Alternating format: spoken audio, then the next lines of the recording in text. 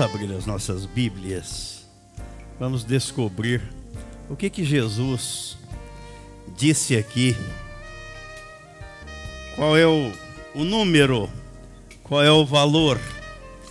Vamos nos colocar em pé e vamos ler o que está escrito em Mateus capítulo 18. Mateus capítulo 18. A partir do versículo 23. Por isso, o reino dos céus é semelhante a um rei que resolveu ajustar contas com os seus servos. E passando a fazê-lo, trouxeram-lhe um que lhe devia 10.000 talentos.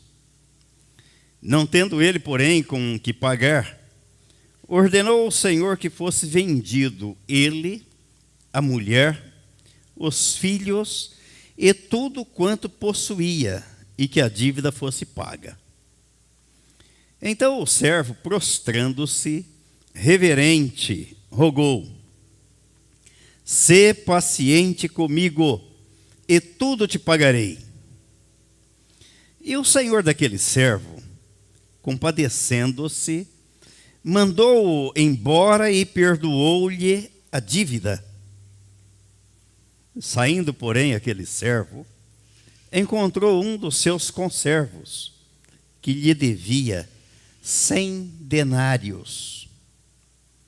E agarrando-o, o sufocava, dizendo: paga-me o que me deves. Então o seu conservo, caindo-lhe aos pés, lhe implorava: sê paciente comigo e te pagarei. Ele, entretanto, não quis. Antes, indo-se, o lançou na prisão até que saldasse a dívida. Vendo os seus companheiros o que se havia passado, entristeceram-se muito e foram relatar ao seu senhor tudo o que acontecera. Então, o seu senhor, chamando-o, lhe disse: servo malvado, perdoei-te aquela dívida toda, porque me suplicaste. Não devias tu, igualmente, compadecer-te do teu conservo, como também eu me compadeci de ti? E, indignando-se, o seu senhor o entregou aos verdugos, até que lhe pagasse toda a dívida. Assim também meu Pai Celeste vos fará, se do íntimo não perdoardes cada um a seu irmão. Pai querido, nós te agradecemos, porque a tua palavra é verdade, é vida, é viva e é eficaz. Te agradecemos pela revelação que o teu Espírito Santo tem nos dado da tua palavra. E que o teu Espírito Santo continue nos dando a instrução, a clareza, o entendimento e a compreensão da tua palavra. Em nome de Jesus. Amém. Quando a gente diz que ninguém poderia pagar pela salvação, você já imaginou nesse valor aqui? Já chegou a fazer a conta? Já procurou saber quanto custaria isso? E há duas razões. Primeiro é que ninguém poderia pagar com dinheiro, porque a nossa salvação, a dívida do pecado foi paga com o sangue de Cristo na cruz, com a vida dele. Ele foi a oferta pelo pecado que Deus aceitou. E o segundo motivo, Jesus deixa bem claro nesse texto, porque ele começa dizendo o quê? O versículo 23. Porque o reino dos céus é semelhante a um rei que resolveu ajustar contas com os seus servos. Então pegou aquele que devia ao rei 10.000 talentos. Já passou pela cabeça? Já viu alguma explicação, algum número, alguma conversão para chegar na nossa moeda e saber quanto é que isso significa? Alguém fez a conta? Não fez. Pois é. Aquele livro que eu indiquei, recomendei, A Isca de Satanás, John Bevere, ele faz a conta. E eu vou fazer aqui, trazer os números para a nossa compreensão, só para ver qual seria o montante da dívida que cada um nasce com ela, e se teria condições, se seria capaz de pagar essa dívida. Foi Jesus quem contou para ilustrar o tamanho da dívida que nós já nascemos com ela, diante de Deus. Porque ele está dizendo que o reino dos céus é semelhante. Ó, você nasceu devendo, mas alguém foi lá na cruz para pagar a sua conta, a sua dívida, porque você não podia pagar. 10.000 talentos. O escritor é americano, obviamente ele fez aqui a conversão em dólar, mas a gente faz a conversão do dólar para o real. Prestem atenção. E depois nós vamos fazer a reflexão sobre o texto. Para compreender a enormidade do que Jesus estava dizendo, precisamos saber o que era um talento. O cidadão aqui devia 10.000 talentos. Talento era uma unidade de medida, usado para medir ouro ou prata. Nessa parábola contada por Jesus, o talento representa uma dívida. Então podemos dizer com certeza que ele estava se referindo à unidade de troca, como ouro ou prata. Um talento normal era equivalente a 75 libras, peso. Esse peso total era o peso total que um homem poderia carregar. 10.000 talentos seriam aproximadamente 750.000 libras ou toneladas. Dessa forma, olha o tamanho do peso que a gente já nasce com ele nas costas, né? Não dá para carregar esse peso. O servo da parábola contada por Jesus devia ao rei 375 toneladas de ouro. Nasceu devendo 375 toneladas de ouro. Transportando isso para os nossos dias, o preço do ouro no mercado internacional é de aproximadamente 375 dólares a onça. E no mercado atual, um talento de ouro seria um valor aproximado de $1.000. Então já vamos achando aqui os números, os valores. Sendo assim, 10.000 talentos de ouro equivalem a 4,5 bilhões de dólares. 4,5 bilhões de dólares. Preste atenção. Fazendo a conversão para a nossa moeda, o dólar comercial na sexta-feira, quando eu estava fazendo a reflexão, 5,70, R$ 5,70 o dólar comercial, já que está tratando de mercado internacional. 4,5 bilhões vezes 5,70 dá 25 bilhões 650 milhões de reais. Se for pensar em termos numerários, nós nascemos com essa dívida para pagar. Foi o tamanho da dívida que Jesus pagou da nossa dívida na cruz.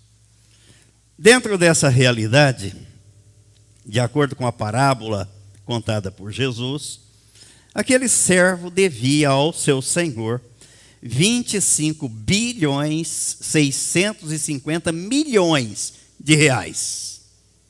E ele foi perdoado. Não é isso aqui? Versículo 27.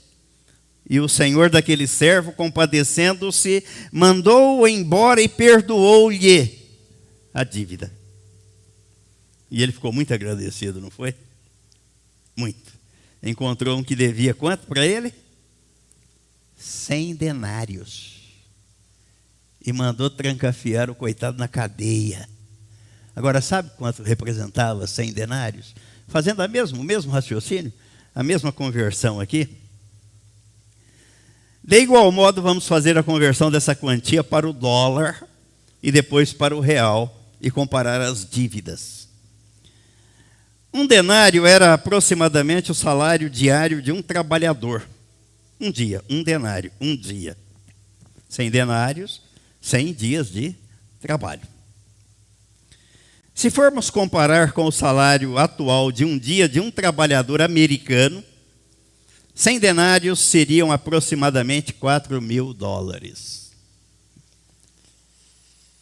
4 mil dólares contra 4,5 bilhões de dólares. Convertido para o real, na mesma paridade do dólar comercial, 4 mil dólares vezes 5,70 dá 22.800 reais. Ou seja, o credor incompassivo foi perdoado de uma dívida de 25 bilhões 650 milhões de reais, mas não perdoou quem lhe devia 22.800 reais. Dá para ficar assustado ou não? Dá? Mas vamos assustar mais ainda. Vamos assustar um pouquinho mais. Sabe por quê? Porque Jesus está contando essa parábola dentro de um contexto onde ele falou do perdão. Ele falou sobre perdão. Nesse capítulo 18, aqui a partir do versículo 15, ele diz como devem ser os relacionamentos dentro da igreja, entre os irmãos. Ele falou do perdão. Deus tem colocado as coisas na minha mão e não é à toa. Elas não vêm à toa, aleatoriamente, né? A gente vai lendo aqui e vai vendo o comportamento das pessoas, daqueles que se dizem cristãos. Então ele começa aqui a falar sobre o perdão. E quando chega neste versículo 23, então, ele conta esta parábola, para ver se a gente consegue captar o espírito da coisa, da mensagem, para ver se dá para a gente alcançar um pouco daquilo que ele estava tratando, daquilo que ele estava dizendo. Ainda no evangelho escrito por Marcos, no capítulo 11, vejam a importância que Jesus dá a este assunto, a seriedade que ele dá a este assunto. Marcos capítulo 11, versículos 24 ao 26, ele disse assim: por isso, vos digo que tudo quanto em oração pedirdes, crede que recebestes, e será assim convosco. E quando estiveres orando, se tendes alguma coisa contra alguém, perdoai, para que vosso Pai Celestial vos perdoe as vossas ofensas. Mas se não perdoardes, também vosso Pai Celestial não vos perdoará as vossas ofensas. Dá para imaginar a seriedade do assunto? Você está orando e pedindo. Ah, mas eu tenho isso contra o fulano, contra o Beltrano. Jesus está dizendo, vai lá, acerta com ele primeiro. Assim como é na hora da ceia. Eu tenho isso contra o Cicrano, vai lá acertar com ele primeiro, depois você vem e toma a ceia. Depois você vem e fale comigo. Deus está dizendo aqui em outras palavras. Depois que você acertar a sua questão, o seu mal entendido, a sua ofensa. As consequências de se recusar e esquecer a ofensa e como se livrar dela, o Senhor Jesus deixou os parâmetros traçados na sua palavra. Eu não faço propaganda de livro, porque eu não vendo livro, não ganho nada com isso, mas me enriquece. Então, da mesma forma, eu gostaria que os irmãos fossem enriquecidos. Uma turminha que saiu daqui, saiu criticando, mas não tem problema. Eu aprendi que enquanto os insetos só atacam a luz porque ela ofusca, eles ficam perturbados. Alguém só te agride quando se sente perturbado, senão ele não te agrediria. Mas eu vou continuar insistindo. Me enriquece. Um dos livros que eu li desse escritor americano, John Bevere, que ele fala acesso negado. Nós vamos continuar na escola dominical, tratando disso. E o que é que ele trata? Qual é o assunto principal que ele trata ali? A questão da obediência. Se você não obedece, Jesus falou, vocês me chamam o mestre e o Senhor, e dizeis bem porque eu sou, mas vocês não me obedecem. Eu diria que talvez uns 99% das pessoas que leem a Bíblia, entra por aqui, sai por aqui, e fica do mesmo tamanho. Não põe em prática, não obedece. E o segundo livro que eu li, que é A Isca de Satanás, qual é o assunto central? Ofensa. Já perceberam como a igreja é o lugar onde as pessoas são mais sensíveis? Mas elas são muito sensíveis, melindrosas. Não pode olhar para o irmão, me olhou com cara feia, não vem mais aqui. Irmão, o que aconteceu? Está tudo bem? Não tenho que te dar satisfação. É um lugar de gente sensível e melindrosa, a igreja. E ofensa, ele diz, é a isca de Satanás. A pessoa que guarda, se sente ofendida, magoada. Espera aí. Jesus se sentiu assim? Jesus se sentiu assim? A isca, o diabo está jogando a isca. E todas as vezes que eu falo em isca, eu lembro da pescaria, do peixe, né? Que você joga a isca. Ele vem e você fisga. Então o diabo joga a isca. E muita gente abocanha, morde a isca. Vivemos em uma sociedade na qual nem sempre se fala seriamente. Jesus está dizendo aqui que se eu não perdoar, o meu Pai Celeste também não me perdoa. Se eu não perdoo aquele que me ofende, Deus também não me perdoa. Não, isso não é bem assim, porque, veja bem, né? Cristo foi à cruz, me atraiu no corpo dele, eu já morri para o pecado no corpo dele, eu sou uma nova criatura. Cristo vive em mim, eu tenho sentimentos, né? Eu tenho o direito de me sentir ofendido, porque afinal de contas, fulano me magoou, e muito.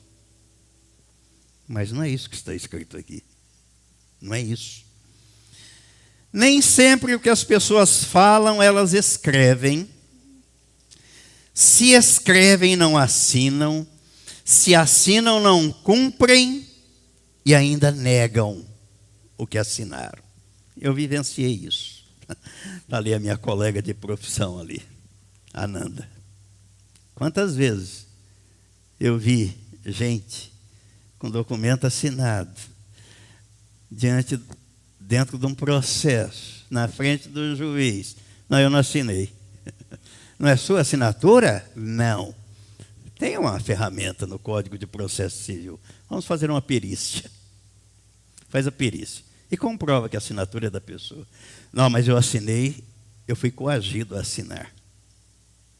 Olha a pertinácia da pessoa, até onde ela chega para negar, para não assumir.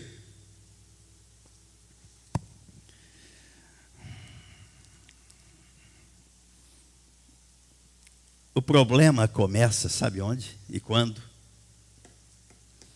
Na infância. Na infância. Vejam se faz sentido ou não. Os pais dizem à criança: se você fizer isso novamente, você vai apanhar. A criança faz. E os pais não batem. E repete inúmeras vezes.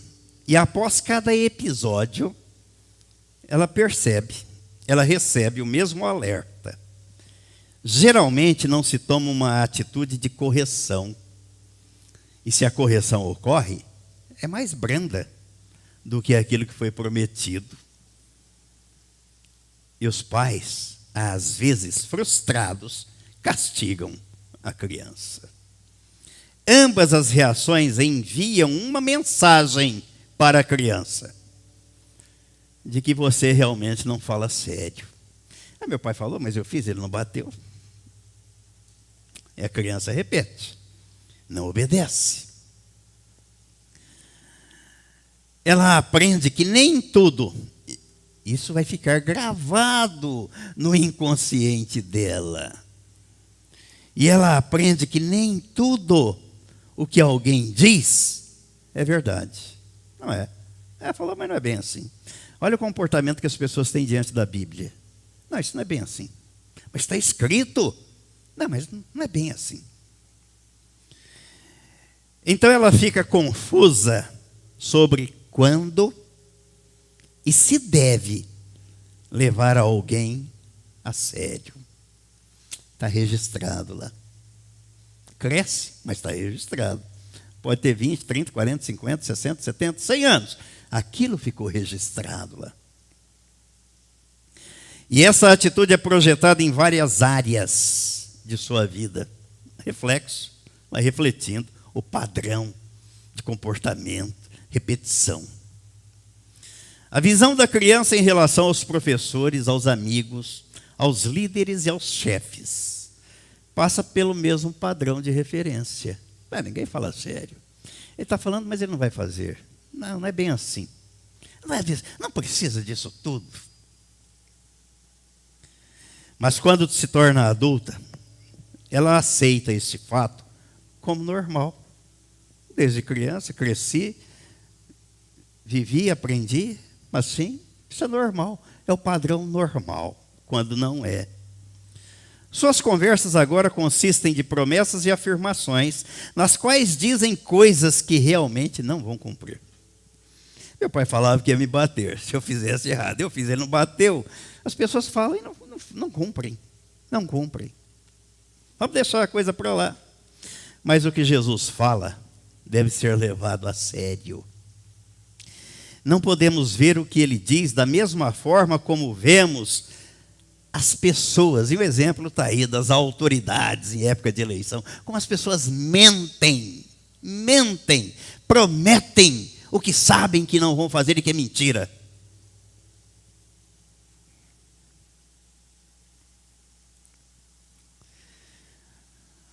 Quando Jesus disse, se não perdoardes, também vosso Pai Celestial não vos perdoará as vossas ofensas, ele estava falando sério. E acontece. E é assim. Se avançarmos um pouco, veremos que ele não falou isso só uma vez, mas várias vezes. Ele enfatizou a importância desse alerta de perdoar aquele que te ofendeu. Aquele que te ofendeu. Perdoar. Vejamos algumas afirmações que ele fez. Mateus capítulo 6. Mateus capítulo 6.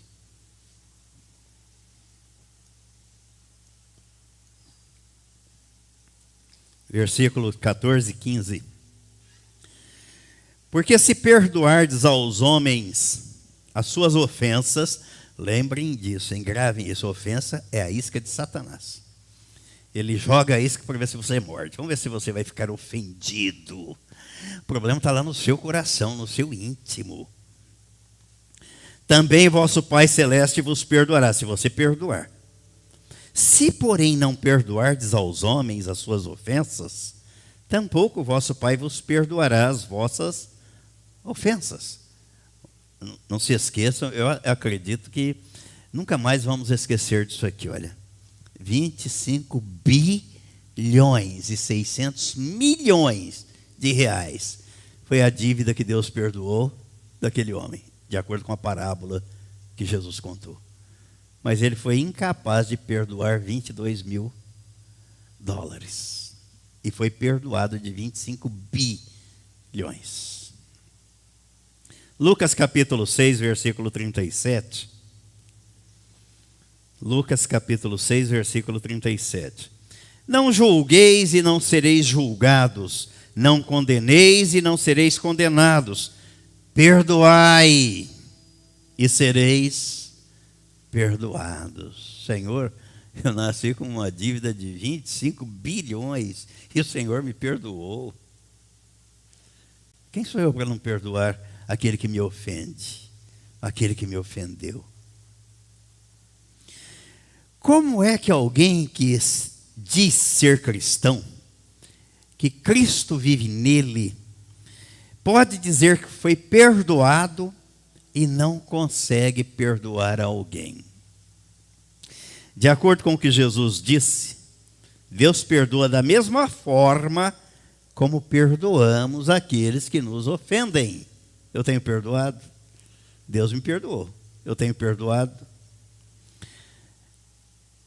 A falta de perdão é tão excessiva dentro das igrejas que evitamos tratar do assunto para não vestirmos a carapuça. Não vamos tocar nesse assunto, não. Não, vamos sim. Ele está na Bíblia, é para ser tratado. O perdão está relacionado ao crescimento espiritual. Ao crescimento. Enquanto você não perdoar, você não cresce. Você não se desenvolve na vida. Aliás, eu falei na live quarta-feira e vou repetir aqui. Tão bacana, né? As coisas têm nome. As coisas têm nome. A pessoa não prospera na vida dela se ela tiver alguma coisa, algum mal contido no seu coração. Aquilo impede. E prosperidade não é dinheiro, porque dinheiro é papel, moeda.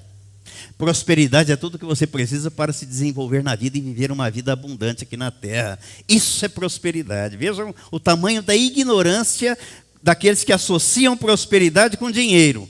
Se fosse dinheiro, não teria nome de prosperidade. Dinheiro é papel, moeda. É uma das ferramentas para você atingir e alcançar tudo aquilo que você precisa. Prosperidade é tudo aquilo que você precisa para se desenvolver e ter uma vida abundante que Jesus veio oferecer. Isso é ser próspero na vida. Tem muita gente cheia de dinheiro que vive uma vida miserável e comete suicídio. Prestemos bastante atenção ao que Jesus disse no texto. Por isso, o reino dos céus é semelhante a um rei que resolveu ajustar contas com os seus servos. Devemos prestar atenção na semelhança daquilo que fazemos e comparar com o reino de Deus. Jesus contou uma parábola para ver se pelo exemplo a gente consegue assimilar e entender de modo mais fácil. Há aqui algo que não pode ser ignorado e um bom parâmetro para saber quanto custou o perdão de Deus que Ele liberou para a humanidade. A Bíblia diz que o preço foi pago na cruz da nossa redenção. Hebreus capítulo 10, versículos 10 ao 13. O autor da carta aos Hebreus diz que nós fomos perdoados, a nossa dívida foi paga mediante a oferta do corpo de Jesus na cruz do Calvário. A conta do pecado foi quitada, foi liquidada a fatura. Deus pagou, aceitando a oferta do seu Filho naquela cruz, o sacrifício dele. O justo pelos injustos, o inocente pelos pecadores. Eu falei Hebreus capítulo 10, versículo 10 ao 13. Quando dizemos que a dívida era impagável e que o perdão deve ser liberado por todo aquele que diz ser cristão, devemos considerar dois fatores. O primeiro é que ninguém poderia substituir o Cordeiro de Deus. Porque a Bíblia diz que Deus olhou para a terra e não viu um justo, nenhum sequer.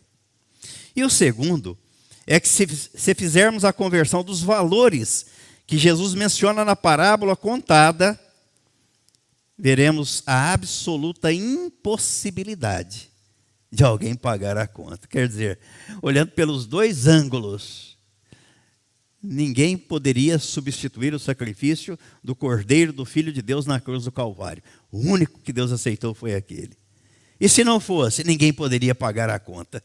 Está aqui a conta. Você pode pagar? Não. Por isso ele foi lá e pagou a nossa conta.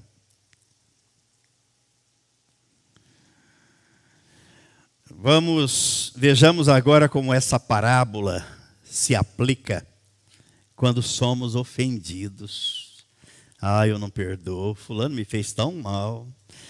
Mas cicrano me causou tanto dano. Ele há de pagar por isso. Quer dizer que ele está devendo. Ele é devedor. Quando uma ofensa ocorre, existe uma dívida. Por isso que muitos afirmam, ele há de pagar por isso. Dessa forma, o perdão é como o cancelamento da dívida. Eu vou perdoar. Você não me deve mais nada. Está cancelada a dívida. O rei da parábola contada por Jesus representa Deus, porque ele disse que o reino dos céus é semelhante a um rei que resolveu ajustar contas com os seus servos.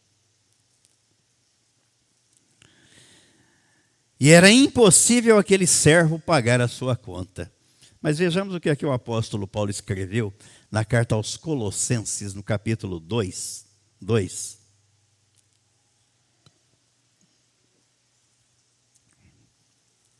Versículos 13 e 14.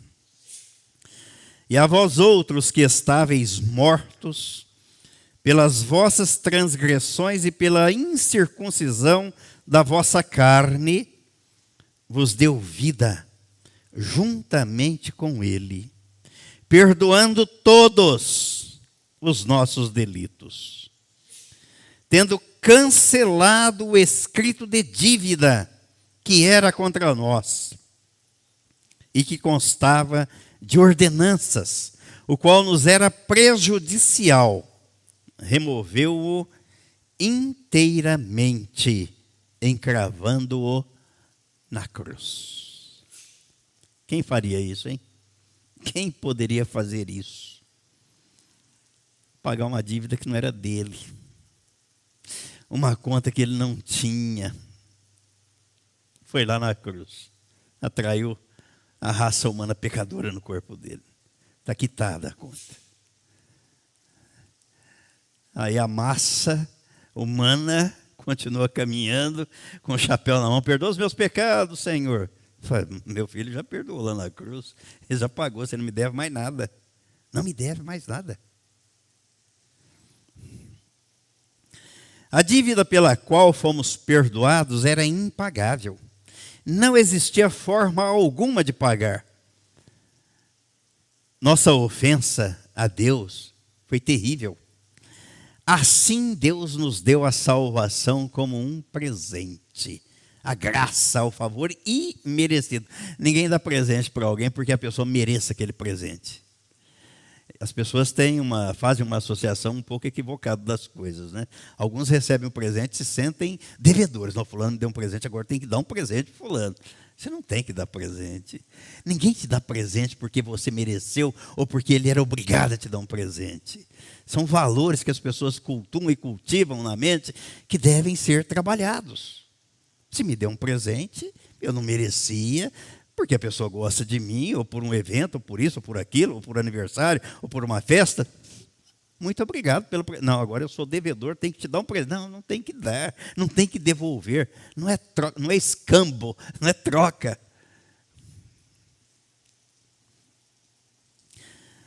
As ofensas que guardamos contra os outros, comparadas às nossas contra Deus, são como os $4.000 daquele conservo contra os 4,5 bilhões de dólares que devíamos a Deus e Ele nos perdoou.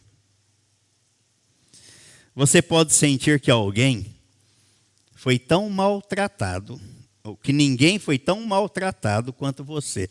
Mas você não sabe o que eu passei. Você não sabe o que o fulano fez comigo. Você não sabe a dor da minha alma. Você não sabe o que eu senti. Quer dizer, aquela dor, aquela ofensa é gigantesca.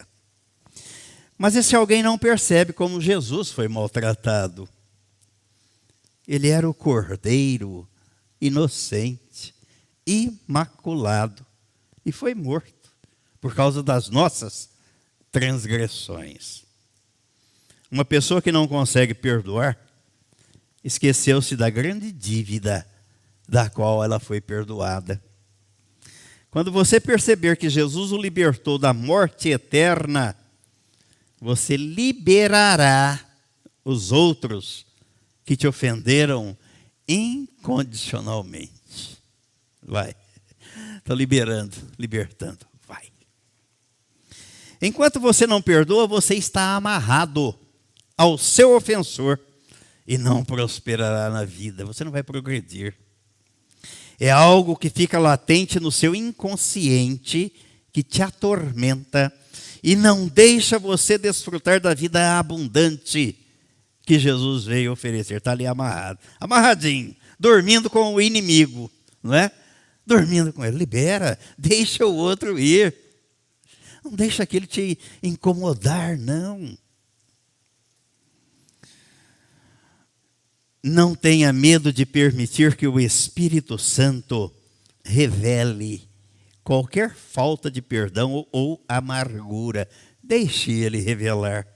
E quanto mais tempo você esconder estes sentimentos, mais fortes eles se tornarão. E seu coração ficará cada vez mais endurecido. Vai fechando. A pessoa chega até a ranger os dentes, né? De raiva, de ira, de ódio. Ele vai me pagar. Libera, você não me deve nada. Você não me deve absolutamente. Siga o seu curso, siga a sua vida. Quem não perdoa, não é perdoado. E se você foi perdoado, você libera o perdão àqueles que te ofenderam e te ofendem. Essa é a lei e os profetas. Se não perdoardes, também o vosso Pai Celeste não vos perdoará as vossas ofensas. Que o Senhor, na sua infinita graça e misericórdia, pela intervenção do Espírito Santo, ajude-nos a caminhar nessa direção e com essa visão. Libera aquele que te ofendeu. Porque se ele te ofendeu, nós estamos vendo aí na escola dominical que a rebelião, a murmuração, a desobediência, o pecado é contra Deus. Ele é o vingador, não é você. Olha, tenho lido algumas coisas no livro de Provérbios. Eu estou cumprindo aquele rito. Em 2 anos, né?